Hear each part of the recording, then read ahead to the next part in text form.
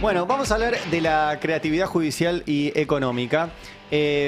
Por dos cuestiones, puntualmente, la creatividad judicial no es un término que se me haya ocurrido a mí, sino que es del fallecido juez Claudio Bonadío, muy recordado en estas horas porque fue el encargado de la Inquisición Judicial contra Cristina Fernández de Kirchner, que incluyó el capítulo de esta semana, que es la causa Cuadernos, una causa que se apropió junto al fiscal Stornelli, que la llevó adelante sin ningún tipo de pruebas, que pasó por alto que los cuadernos estaban, que no estaban, que eran fotocopias, que se habían quemado, que resucitaron, que los arrepentidos no se filmaron. No se cumplió nada, no encontraron las pruebas, pero igualmente hagan el juicio porque no se trata de pruebas, sino que se trata de tener a la dirigencia política sentada en el banquillo de los acusados con miedo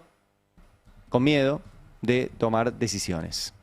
Y la cuestión de la creatividad judicial es un video, es un concepto de Bonadío, que yo tengo el video de cuando lo explicó. Así que en breve les voy a mostrar ese video y vamos a hablar un poco de lo que pasó ayer en la causa Cuadernos, que arrancó el juicio oral. La otra es la creatividad económica, que es la de Javier Milei, ¿no? Que llegó y dijo, bueno, yo voy a hacer el ajuste más grande de la historia, voy a frenar todo lo que hay, voy a recortar por todos lados y con eso el país va a salir adelante. Y bueno, creativo es. La verdad que no se había hecho nunca de esta forma. Se había hecho con el mismo sentido. Ahora, avisando que vas a hacer un ajuste, celebrando la crueldad, dejando a los jubilados sin medicamentos, a los niños sin hospital, etcétera, así no se había hecho tan a lo bestia. Así que es bastante creativo. Ahora, de ahí a que funcione, es otra cuestión. Es otra cuestión. Y vamos a repasar ahora todo lo que dijo ayer Emanuel Álvarez Agis, que estuvo a la noche acá y que fue realmente muy importante, mientras el presidente está en los Estados Unidos con estas giras que hace para ver si efectivamente, no sé, quiere la Green Card o algo de los Estados Unidos. Pero bueno, y por el otro lado, cómo sigue con este discurso nazi. ¿Por qué es un discurso nazi? El discurso y la práctica de todo el que piensa distinto que yo, hay que excluirlo, hay que sacarlo del juego, hay que eliminarlo, es un discurso nazi. Y por más de que Milei lo repita, por lo menos acá no lo vamos a normalizar. De hecho, ayer, que estuvo en el American Business Forum, el presidente de la Argentina insistió de vuelta con que no se puede ser kirchnerista o peronista en la Argentina. Mirá. Una vez despejado el ruido político, ¿qué pasó? El mercado argentino tuvo su mayor suba histórica en un día, su mayor suba histórica en una semana y sigue subiendo, al margen que además bajó el riesgo país más de 400 puntos.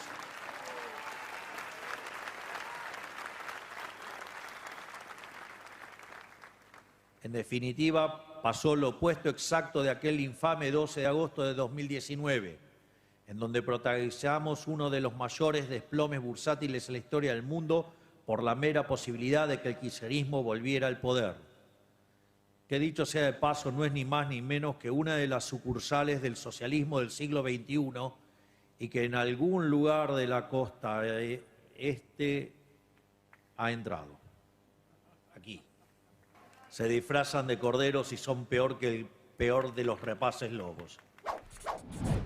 Bueno, está recordando Milei dos cosas. Una, la elección de 2019, donde Mauricio Macri, que siguió un camino parecido al de Milei, Caputo de ministro de Economía, bicicleta financiera, no le funciona, explota, van al FMI, no se endeudan y finalmente pierden las elecciones. Y efectivamente hay un desplome financiero. Ahora, el riesgo no es el peronismo, que termina pagando las deudas que toman los gobiernos anteriores. El riesgo son los gobiernos de derecha, cuyo único plan económico es endeudarse para hacer bicicleta financiera. Entonces, claro, esa deuda, cuando deja de estar el gobierno de derecha que la tomó, y sí, hay una sospecha de que no se va a pagar, pero porque esa deuda es absolutamente ilegítima, además de ilegal. Además de ilegal. Claro que hay riesgo de que no se pague, pero porque la tomaron de forma ilegal. La deuda con el FMI se tomó de manera ilegal. Yo lo voy a decir todos los días porque me parece importante que quede y por lo menos quede registro. La causa más importante en el Poder Judicial no es la causa Cuadernos, no es la causa Vialidad, no son las causas que señalan en el sistema de medios del establishment. La causa más importante, objetivamente, por volumen de dinero, es la deuda que tomó el gobierno de Macri con Caputo a la cabeza con el FMI. 45.000 millones de dólares sin un expediente, sin explicar cómo se iba a pagar, sin incorporarlo al presupuesto y que se fugó todo. Las pruebas están enteras ahí. Y no solo el Poder Judicial no avanza, la jueza María Eugenia Capuchetti, sino que el Poder Ejecutivo también se retiró de su impulso de esa causa, que la tiene que impulsar el Poder Ejecutivo porque es querellante la Procuración del Tesoro, y también se frenó la responsabilidad patrimonial de los que cometieron esa barbaridad de endeudar a varias generaciones para ver si ganaban una elección. Eso es lo que menciona Milei ayer. Claro. Después vino otro gobierno que supuestamente iba a decir, no, pará, nos dieron plata de más. Y lamentablemente el gobierno peronista lo que hizo fue, bueno, reacomodar esa deuda en el tiempo. No dijo esa deuda se tomó de manera ilegal. Y ahora volvió otra vez Caputo al gobierno, con Milei, y volvió a tomar deuda con el FMI. Entonces el riesgo no es el kirchnerismo, el riesgo es Caputo, el riesgo es Milei. El riesgo es tener esta creatividad económica que piensan que van a sacar adelante un país tomando deuda, tomando deuda y tomando deuda. Y ya lo hizo la dictadura, ya lo hizo Menem, ya lo hizo Macri, y ahora lo vuelve a hacer Milei. Y mirá vos, nunca funcionó. Y no va a funcionar. Otra vez. Bueno, ayer Milei aprovechó que estaba otra vez en los Estados Unidos y le agradeció a Donald Trump. Quisiera agradecer al presidente Donald Trump y a toda su administración por haber alcanzado un acuerdo por la cuota de carne argentina 4 veces superior a la anterior. Esto no es más que uno de los acuerdos comerciales que Argentina y Estados Unidos se deben hace muchos años y que entre ambos países estamos trabajando por rectificar. Contamos con una diversidad geográfica tal que permite prácticamente cualquier ser humano del planeta que decida invertir en Argentina pueda explotar sus conocimientos de manera provechosa para exportar sus talentos al resto del planeta. Ahora, gracias a la normalización de nuestra macroeconomía, el correcto funcionamiento del régimen de grandes inversiones, tenemos las condiciones económicas y políticas para hacerlo. Y a eso se le suma por primera vez que tenemos los incentivos correctos para hacerlo. Bueno, recordemos cómo funcionan estos incentivos. El gobierno hizo un régimen de incentivo de grandes inversiones conocido como el RIGI, que es el que menciona el presidente. ¿Tiene que haber en la Argentina un régimen de incentivo de inversiones? Sí. 100%. ¿Este que votó el gobierno? No. ¿Por qué no? Porque este régimen, que además ni siquiera genera inversiones, las únicas son o ya estaban o cuestiones que hace YPF, por ahora no hay nada importante en el RIGI, lo que hace es bajarles impuestos a estos proyectos que van a pagar menos impuestos que las empresas que ya están acá, por ende es con una diferencia de competencia con las que ya están acá. Amortización acelerada de todo lo que utilicen para esos proyectos, con lo cual también deja de recaudar el Estado. Les permite no comprar ni una tuerca en la Argentina, que es un punto clave para las inversiones. Cuando hay regímenes de inversiones, vos decís, bueno, está bien, vení, invertí acá, pero usá los proveedores locales. Bueno, no. Pueden traer todo desde afuera. Y después le dicen, vos vas a poder exportar todo lo que produzcas. De hecho, una de las cosas más importantes es que deja de ser prioridad el autoabastecimiento energético argentino. Por ende, toda la nafta la podés vender si querés afuera. Y obviamente, empresario la va a vender donde gane más. Si gana más afuera, gana más afuera. Si gana más acá, la va a vender más acá. Para ganar más acá nos tiene que aumentar la nafta. Y además, a partir del tercer año no dejan un mango de retenciones. $1. Ese es el RIGI. No va a beneficiar al país. Y además la única forma de sostenerlo es a través de más deuda. Porque esas inversiones van a ir a después pedir dólares para sacar los dólares del país. Por ende solo se sostiene con endeudamiento, por eso no va a andar. Y por eso esta creatividad económica que lleva adelante Milei y otra vez Caputo no va a funcionar. Y tampoco va a funcionar con esta relación personal con Donald Trump. Porque Trump, primero, la Argentina no es un país tan relevante en materia económica para Estados Unidos. Está, si no recuerdo mal, en el puesto 20 y pico o 30 y pico en sus relaciones económicas. Tiene una relación, si quieren, política e ideológica, porque Trump no tiene alineada América en sus intereses. Claudia Sheinbaum en México, Petro en Colombia, Lula en Brasil, Yamandu Orsi en Uruguay, Boric en Chile. No está alineada absolutamente. Ahora va a tener un aliado en Bolivia y tiene a Milei en la Argentina. Ahora, Milei, parte de su creatividad económica, es que ahora dependemos del humor de Donald Trump. Y es un tipo con un humor muy cambiante. Ayer lo explicó muy bien Emanuel Álvarez Agis, el ex viceministro de Economía, hoy consultor de empresas muy importantes en la Argentina, y explicó justamente si se puede o no se puede tomar en serio este vínculo entre Milei y Trump. Si vos me decís, mira, el rescate que le hizo Estados Unidos a Milei, a Argentina, es un rescate país-país, es, como dice Malamud, una invitación al desarrollo. Pero bueno, ok, entonces 1500 funciona de tipo de cambio. ¿En serio alguien puede pensar que Trump y Milei son dos personas que pueden hacer un acuerdo de Estado? Independientemente si Trump tiene reelección, si le va bien en el medio término, Trump es un tipo que un viernes a la tarde hizo que la acción de Starbucks cayera 70% porque dijo que iba a cortar la importación de café de Colombia, y el domingo a la noche lo llamó a Petro y le dijo, era un chiste, hablemos. Y el lunes la acción de Starbucks valía 15% más. Entonces yo no me pondría en manos de un rescatista que un día te dice, toma el salvavidas, el otro día te lo saca, el otro día te usa para hablar con Lula. Cuando empieza a hablar con Lula dice, bueno, no sé si me sirve tanto. Así nos dejó Milei, pendientes de la voluntad de Donald Trump. Así dejó a la Argentina, así dejó a la figura presidencial argentina. Fue muy interesante ayer la entrevista de Manuel Álvarez Agis con Noé Barral Grijera y Gaby Sued, aquí en Batalla Cultural. Pues es un tipo importante para el empresariado. La voz de Manuel Álvarez Agis no es alguien considerado ni riesgo cuca ni nada. Es un tipo que es de consulta de los principales empresarios de la Argentina. Y habló también de esto que les mencionaba, de la deuda. Y de qué tiene que pasar con la deuda y si es pagable la deuda que tiene la Argentina. Bueno, dijo esto. Yo podría decir, mirá, el acuerdo con el fondo claramente tiene un tinte político. Sí, no hay duda, es obsceno. Sí. Por segunda vez, hecho por la misma persona, Donald Trump, al mismo ministro Caputo. Bueno, desconozcamos el acuerdo con el fondo. Consecuencia, el Rego País va a valer 4.000 puntos básicos, la gente va a empezar a comprar dólares, el dólar se va a ir a 5.000 y la pobreza se va a ir al 70%. Entonces, ¿la deuda con el fondo tiene un componente político absolutamente injusto, inmoral? Sí. ¿Cómo lo trataría? De una manera un poco más inteligente que gritar Yankees go home. La deuda con el sector privado de Argentina, particularmente respecto del tamaño de Argentina, es muy baja. El problema es que es impagable porque vos el Banco Central lo tenés vacío. Entonces me parece que habría que pensar estos esquemas de una manera un poco más integral.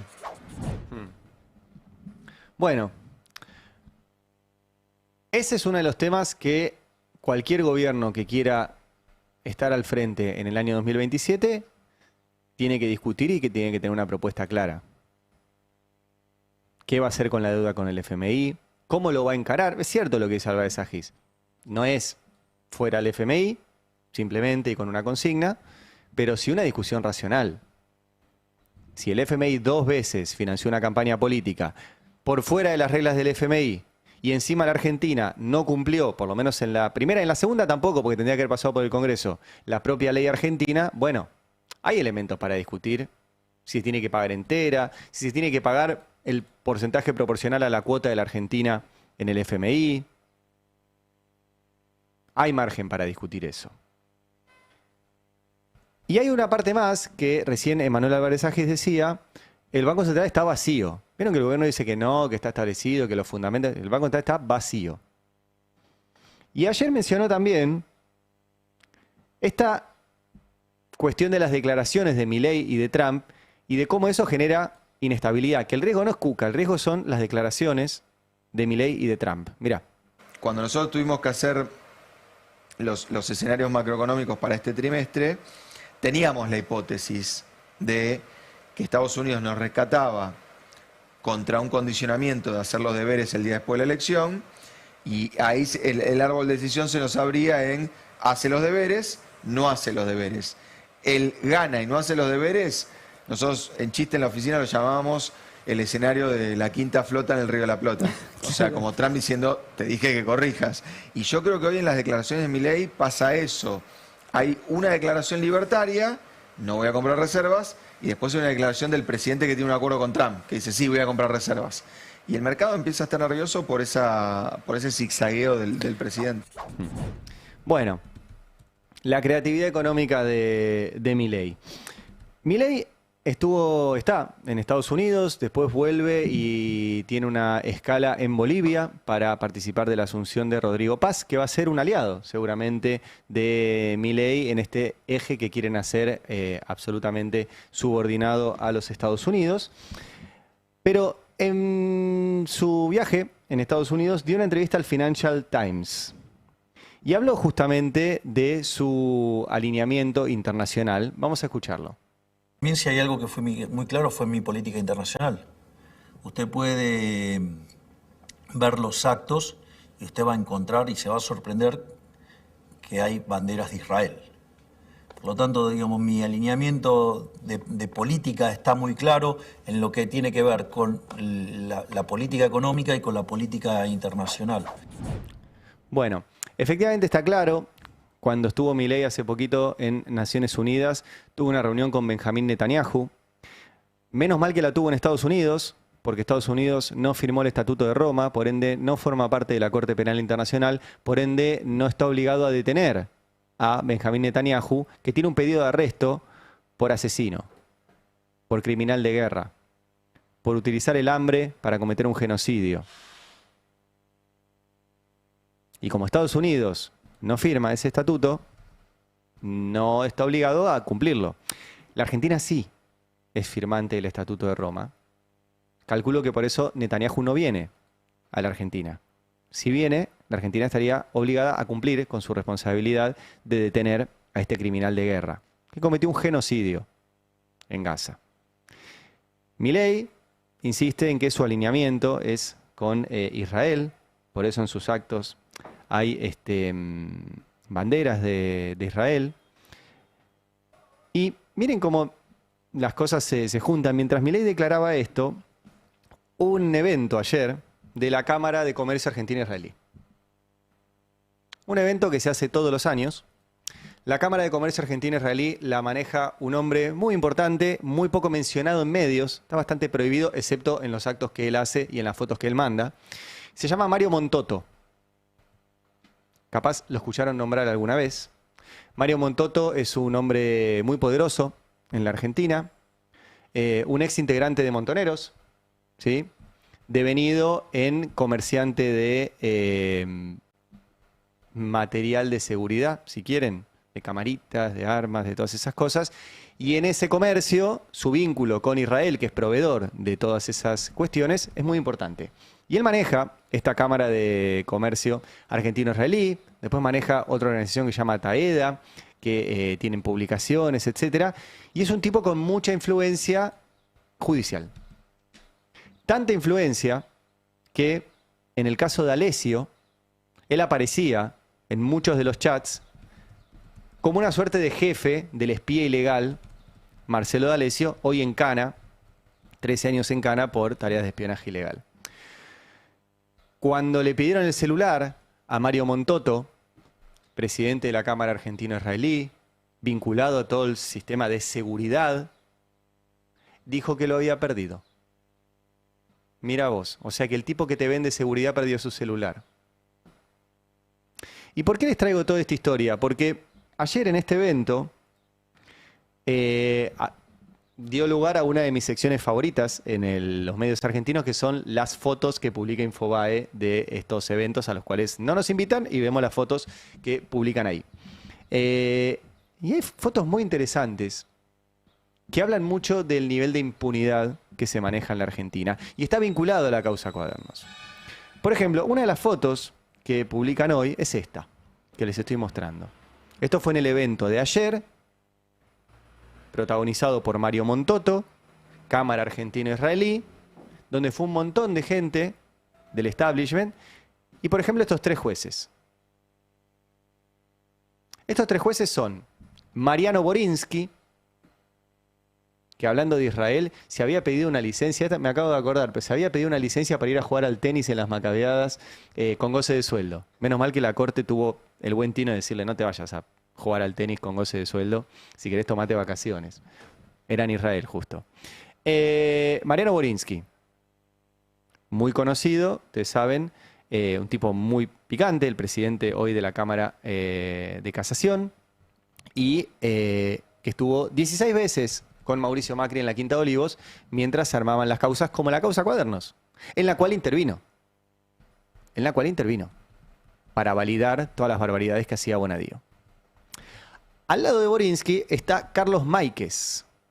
Carlos Máiquez era un juez que Vidal se lo llevó como ministro de Justicia durante su paso por la gobernación, y después estuvo 6 meses ahí y volvió a ser juez, pero no al lugar de origen, sino que Macri lo puso a dedo también en la Cámara de Casación. Máiquez es oriundo de Mercedes y toda la familia Máiquez forma parte del Lofer. Sus 2 hijos, Juan Bautista e Ignacio. Ignacio es fiscal y fue el fiscal que impulsó la causa Vialidad. Y Juan Bautista era el funcionario de Mauricio Macri, que organizaba la persecución, ahora es el jefe de los fiscales de la ciudad de Buenos Aires. Y papá, Carlos Coco Máiquez, como se lo llama, y Juan Bautista, fueron 2 de los que viajaron al Lago Escondido, invitados por el Grupo Clarín, causa que también terminó en la nada. Ese es el del medio. El tercero es Petrone. Cristina lo hizo bastante conocido cuando decía Petrone, porque no le prestaba atención, y fue también parte de los tribunales que llevaron adelante las causas contra Cristina. Estos 3 estaban ayer en el festejo de la Cámara de Comercio Argentino-Israelí. Pero no eran los únicos. Voy a mostrar otra foto muy linda de ayer, para que le conozcan la cara. Primero a Mario Montoto, que les mencioné recién, que es el que está a la izquierda. Y el del medio es más conocido, es el fiscal Carlos Stornelli. La impunidad es total, total. Porque Stornelli estuvo procesado en la causa de espionaje ilegal porque usaba al espía ilegal Marcelo D'Alessio para tareas de inteligencia ilegal que él quería hacer. Y Mario Montoto estaba también en la causa por espionaje ilegal, pero bueno, perdió el celular y finalmente no pasó nada con él. Zafó. Y como la impunidad es total, los tipos hacen un evento, se sacan una foto juntos, la publican, y el evento cae justo el mismo día que inicia la causa de las fotocopias de los cuadernos armada por Stornelli. De verdad que la impunidad es total, total. Y tiene mucha responsabilidad también, y yo lo señalo siempre, el gobierno peronista, Alberto Fernández, que dejó que los Stornelli, que los Borinsky, que todos esos sigan en tribunales como si acá no hubiera pasado nada. Como si acá no hubiera pasado nada. Y Stornelli se pasea por los eventos de la Cámara de Comercio Argentino-Israelí, por los canales de televisión. Ayer estuvo en A24, ¿no? Celebrando el inicio de la causa Cuadernos. Vamos a escuchar lo que dijo. ¿Cuál fue el rol de Cristina? ¿Podía Cristina no saber algo? ¿Hereda lo de Néstor? ¿Qué conclusión sacó de la investigación? Yo no puedo sacar ni quiero sacar esas conclusiones porque no quiero hablar sobre responsabilidad de cada uno. Entiendo. Porque tiene su derecho a la defensa, tiene su presunción de inocencia y no seré yo quien genere estrépito en contra de nadie en contra de nadie diciendo. Es decir, hay procesamiento confirmado, que han sido convalidados hasta por la Corte Suprema, y está el juicio oral. ¿Pero qué es lo que pudo reconstruir en base a los testimonios, los aportes de los arrepentidos, las pruebas? Nosotros lo que se pudo reconstruir, lo que se pudo establecer, es un sistema mafioso, enquistado en el poder, de recaudación monumental, pues la recaudación era monumental, y pudimos establecer los lugares, muchas veces los montos, los involucrados, los recaudadores, los que ayudaban, o sea, pudimos poner en blanco y negro la maniobra. Una pregunta, fiscal. ¿Dónde está la plata? ¿Dónde está la plata? Viste que nunca les preguntan eso. Sí, había una maniobra fenomenal. Él habló de 60 millones de dólares en el departamento de Cristina. ¿Dónde está esa plata? ¿Dónde está? No está. Pero no importa. Armaron toda esta farsa, metieron gente presa, con unos cuadernos adulterados, que primero aparecieron, que después eran fotocopias, que después se habían quemado, que después resucitaron de las cenizas, con arrepentidos que decían cosas que no están registradas, solamente las escribió Stornelli, que después dijeron que los apretaban para que apuntaran a alguien y se iban libres, y si no, iban en cana. Y efectivamente, lo único que dice Stornelli es, la Corte avaló todo esto. Sí, claro. La Corte avaló todo esto. En una causa que se chorearon Stornelli y Bonadío. Se la chorearon. Pues ponele que había que investigar algo, tenía que alguien denunciarlo, se sorteaba en Comodoro Pi y le tocaba a alguien. Lo que hicieron fue, con el auxiliar de fiscalía, Diego Cabot, quedársela a ellos. Porque nunca nadie hubiera llevado adelante esta causa de la forma que la llevaron adelante Bonadío y Stornelli. Y Bonadío ya no está entre nosotros, pero dice Majul que dejó un libro. Mirá vos. Dice Majul que dejó un libro. Y lo tiene Majul el libro, que supuestamente se lo iba a editar. Majul, el tipo que contó que las escuchas ilegales que le hacían a Cristina y que pasaban por el juzgado de Bonadío, él se las encontraba corriendo por Palermo. ¿Se acuerdan? Pueden buscar el archivo de Majul de lo de Palermo, perdón, no se los pedí antes, pero creo que vale la pena, porque ahora dice que él tiene un libro de Bonadío, que se lo dio Bonadío este libro. O sea, las escuchas se las encontró corriendo por Palermo, pero el libro este se lo dio Bonadío y lo tiene Majul y encima lo leyó. Y como lo leyó nos va a compartir una parte del libro que nos dejó como legado el juez Claudio Bonadío. Mirá. Esto es un libro firmado por el juez que si no hubiese impulsado la causa no existiría, Claudio Bonadío. Es un libro que lleva su firma. Es un libro escrito en primera persona.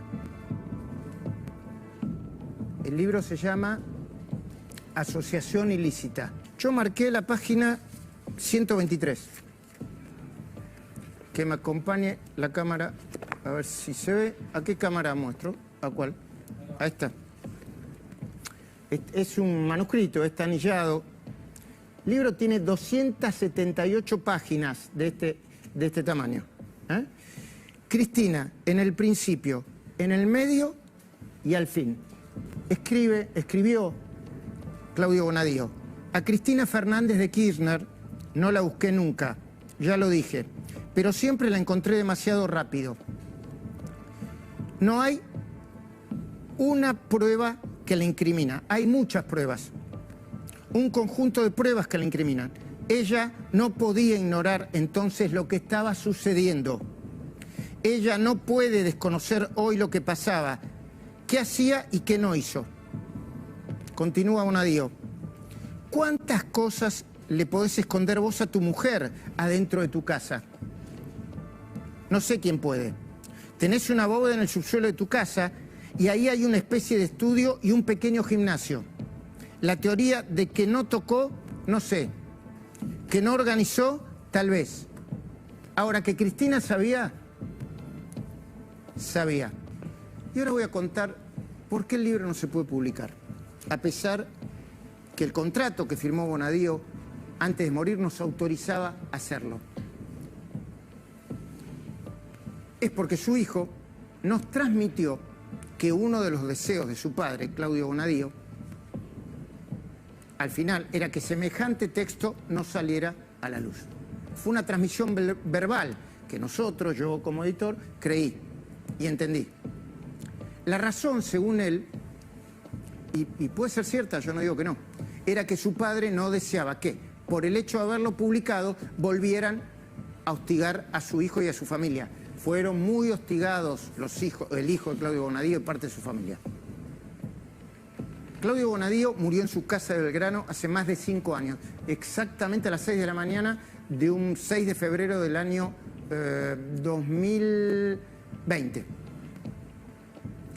Y el juicio sobre corrupción más importante de la historia argentina pudo empezar hoy gracias a él, además de Carlos Stornelli, de Diego Cabot y muchos otros héroes que no son tan conocidos. Héroes, mirá vos. Bueno, vamos a contar varias cosas de esto. Hay que ver qué dice ese libro. ¿Qué hacía un juez escribiendo un libro comercial para lucrar con la causa que había inventado, que se había apropiado? Lo que menciona sobre el hijo de Bonadío, hay algo cierto en esa historia.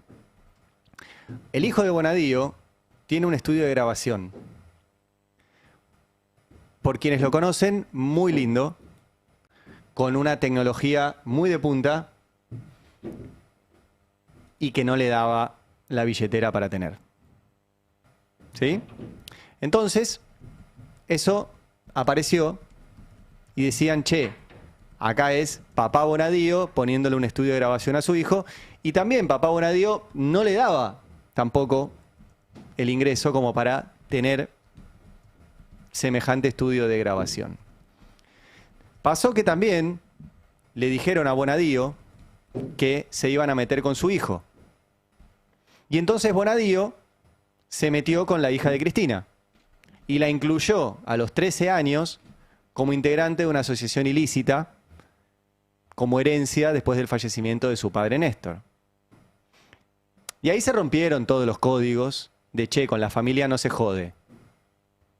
Porque le dijeron a Bonadío, se van a meter con tu hijo, y fue Bonadío y se metió con la hija de Cristina, que no tenía nada que ver. No tenía nada que ver. También, permítame hacer un paréntesis ya que hablamos de Bonadío, y repito, Bonadío no nació con el kirchnerismo. Bonadío es uno de los jueces del menemismo, había sido funcionario de Menem, había sido designado para el juzgado de Morón, y cuando Menem amplía a Comodoro Pi, lo traslada a dedo a Comodoro Pi, lugar para el cual nunca concursó, y se quedó a cargo del juzgado número 11 hasta su fallecimiento. Bonadío, antes del kirchnerismo, ya había cajoneado 5 años la causa AMIA. Y ya había cajoneado la causa de los hemofílicos. Y otras tantas barbaridades. Pero solamente con el caso AMIA daba para sacar a Bonadío de su cargo. Y hubo una decisión de no sacarlo de su cargo en el año 2005, instrumentada por Miguel Ángel Pichetto en el Consejo de la Magistratura, con esta lógica de decir, bueno, podemos negociar con los jueces, son nuestros, nos van a qué sé yo. Que lamentablemente es una lógica que tiene el macrismo, que tiene el Milei, que tienen todo, y que tiene parte del peronismo también. Que no quiere jueces probos, no quiere jueces que hagan lo que tienen que hacer, quiere jueces propios. Y se come la curva de que tiene jueces propios, y se la comió con Bonadío. Y mirá cómo terminó Bonadío. Llamándole indagatoria 8 veces en un día a Cristina. Una barbaridad. Inventándole causas, robándose expedientes, duplicando causas para después, que cuando se declarara nulidad en un lugar, quedárselas él. Todo lo que no se puede hacer, lo hacía Bonadío. Ahora, algún día van a tener que explicar por qué le salvaron la carrera. Y también, a futuro, dejar de pensar que los jueces que podés designar te tienen que responder. Tienen que ser buenos jueces nada más. Tienen que hacer su laburo. No tienen que ser ni tuyo ni de nadie. Tienen que hacer su laburo. Y después hay que discutir también una reforma judicial. Ahora, todo esto que hacía Bonadío, y les dije que les iba a mostrar un archivo muy bonito, Él dijo que era derecho penal creativo. Derecho penal creativo. ¿Y dónde lo dijo? En un video de la Fundación Taeda. ¿De quién es la Fundación Taeda? De Mario Montoto. ¿Quién es Mario Montoto? El que ayer armó la jodita de la Cámara de Comercio Argentino-Israelí donde fue Stornelli. ¿Ven que todo se encadena? Están todos en el mismo... ¿cómo es el tango? En el mismo lodo, todos manoseados. Dice, bueno, ahí está. Bonadío explicando qué es para él el derecho penal creativo. Digo, el derecho procesal creativo son instituciones que no son técnicamente cosas del derecho penal, del derecho procesal penal, pero que están en el derecho positivo argentino. Y ahí yo di un ejemplo que es en realidad la aplicación de la intervención de una sociedad anónima, de particulares. Eso fue una cosa que, la verdad, fui el primero en hacerlo, no hubo otro. Pero bueno, era la herramienta que yo encontré en el Código Procesal Civil y Comercial. En derecho comercial se aplica mucho esto, pero no los jueces penales. Sin embargo, después, en la causa Otesur, mi colega Ercolini ha hecho una cosa parecida. El derecho penal creativo. Qué lindo. Bueno, son cosas que hacía Bonadío. Era muy creativo el hombre. Muy creativo. Por ejemplo, en la causa Otesur lo que él hizo fue duplicarla. Para ver si se la quedaba él. Está prohibido duplicar causa. No puede haber dos causas de lo mismo. Él lo hacía sistemáticamente. Bueno, ese era el Bonadío que Majul, lo escucharon recién, dijo que es un héroe. Un héroe. Y lo insólito es que Majul... Ahora nos enteramos de que tenía un contrato firmado con Bonadío para publicar un libro sobre el héroe. Pero cuando se encontraba las escuchas ilegales contra Cristina, no se las daba Bonadío, se las encontraba corriendo en Palermo. Yo la primera escucha que puse en el aire fue en Radio La Red el año pasado, 23 de febrero del año pasado, cuando arranqué en Radio La Red, ¿te acordás? Sí, sí. Y es la escucha, la famosa que dice, soy yo. Sí. Soy yo. Terminó en remera, digamos. Terminó gente haciéndose la remera. Hay varias con la frase. bueno, soy yo. Esa escucha, yo te digo que la manera que yo la conseguí es cinematográfica. Porque a la persona que me la dejó y que me dijo que tenía un material importante, jamás la vi.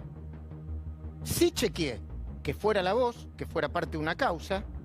Y además lo conseguí horas antes de empezar la temporada de La Red en ese momento. Mientras estaba corriendo por Palermo un domingo.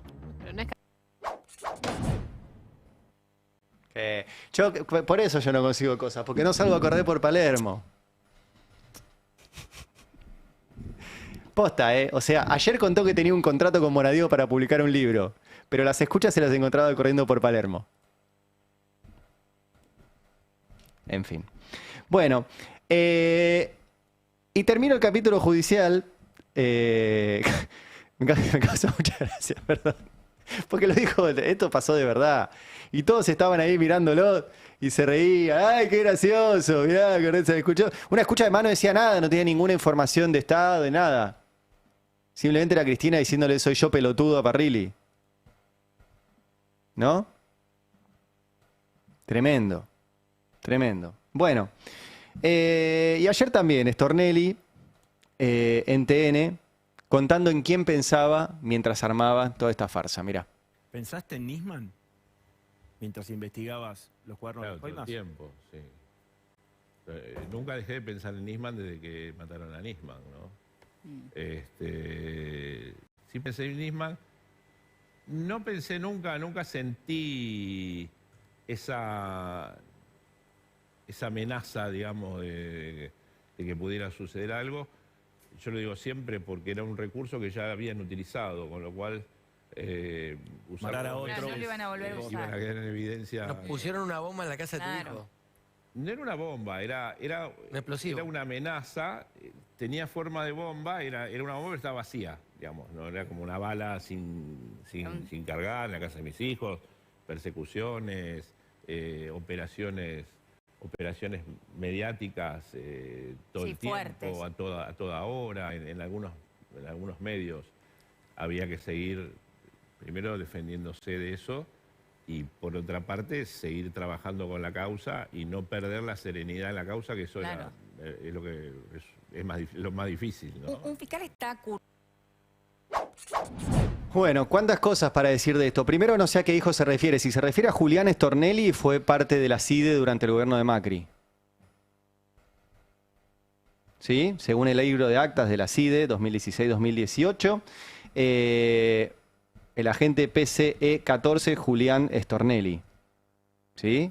Era personal contratado y estuvo alrededor de 3 meses en la CIDE durante el gobierno de Macri, comandado por Gustavo Arribas y Silvia Magdalani. Nosotros lo publicamos en el Destape esto, y a partir de esta publicación el gobierno de Macri nos hizo una denuncia penal a Roberto Navarro, a Franco Misraji y a mí, supuestamente por revelar datos de inteligencia. Pedían 6 años de cárcel.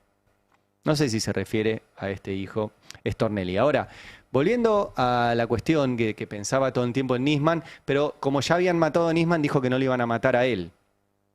Recuerden que Nisman, el peritaje de la Corte Suprema, dijo que no había nadie cuando murió. Por ende se suicidó. Eso dice el peritaje de la Corte Suprema. Como no les gustó ese peritaje, mandaron a hacer otro, que lo anticipó Clarín, por la gendarmería de Patricia Bullrich, que empezó a meter cada vez más gente. Parecía el recital de Dua Lipa, el baño de Nisman, de la cantidad de gente que había.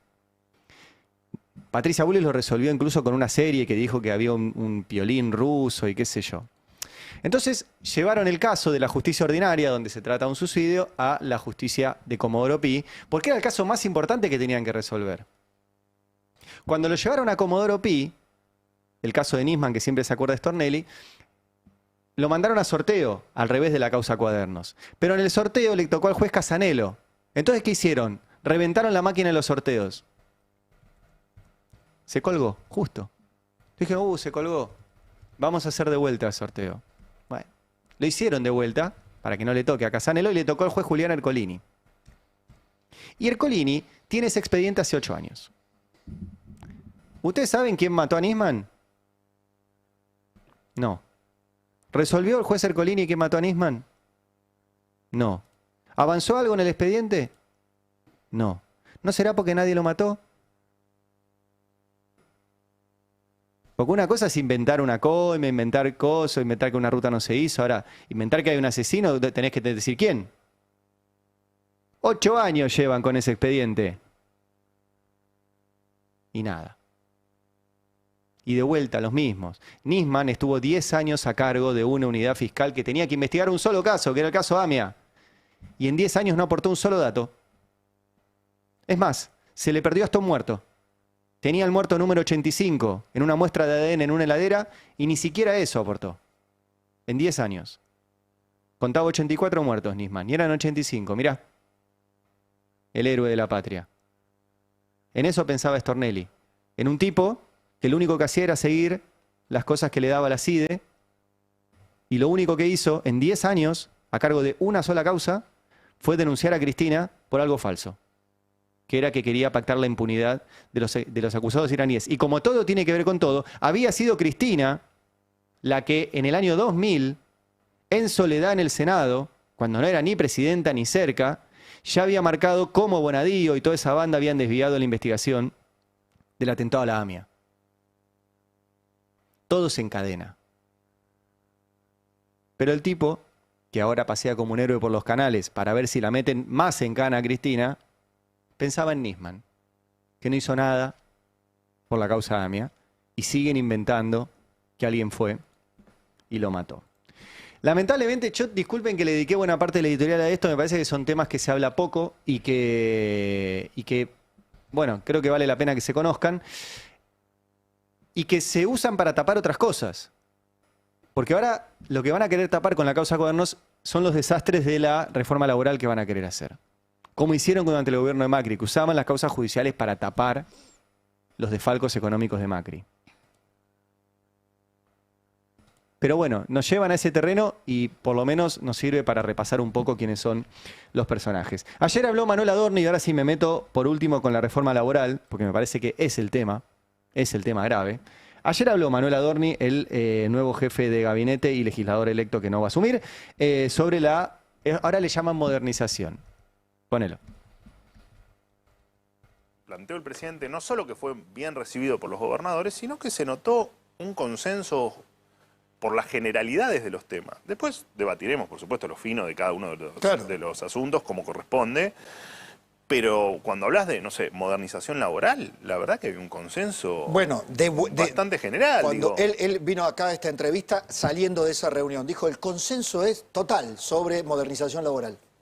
Pero nadie duda que al que mata hay que darle penas más fuertes, o al que cometa algún delito no puede al otro día, al otro día salir a la calle para volver a matar o para volver a robar o para volver a delinquir. Sí, pero en modernización laboral, Manuel, te enfrentás a los gremios. Cuando te enfrentás a los gremios, peronismo. No hay mucho... Perdón.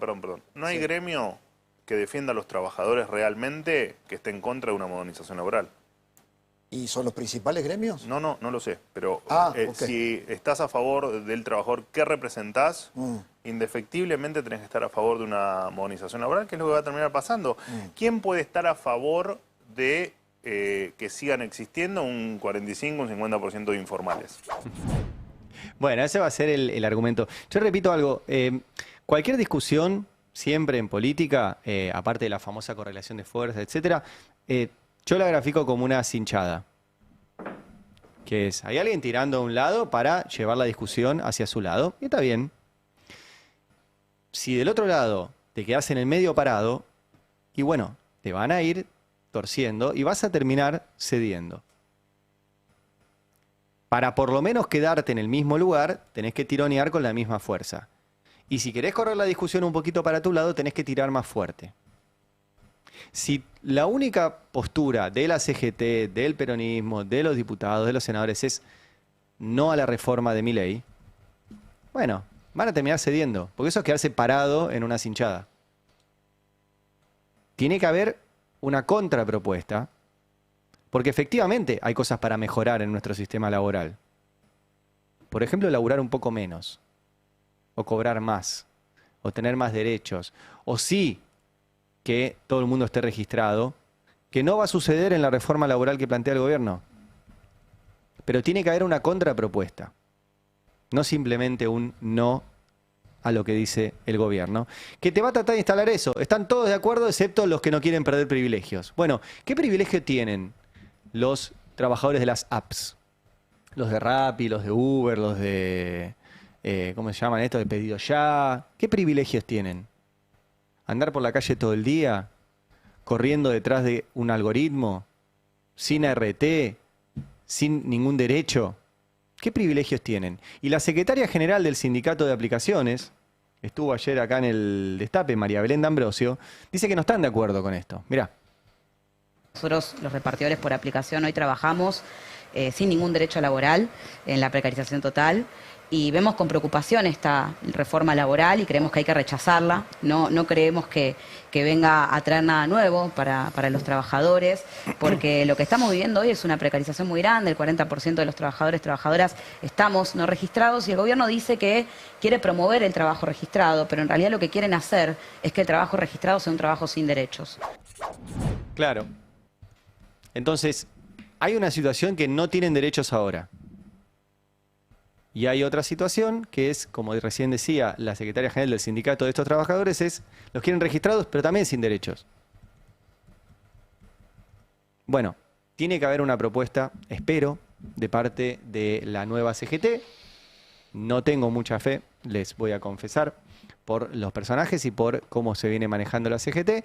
Y tiene que haber una contrapropuesta del peronismo, no solamente decir no. Sobre todo porque en 2 años hay de vuelta elecciones y millones de trabajadores van a definir quién es el próximo presidente. Bueno, 9:19. ¿Qué está pasando en el PRO, Beldix? ¿Se le va la gente? Se está yendo gente.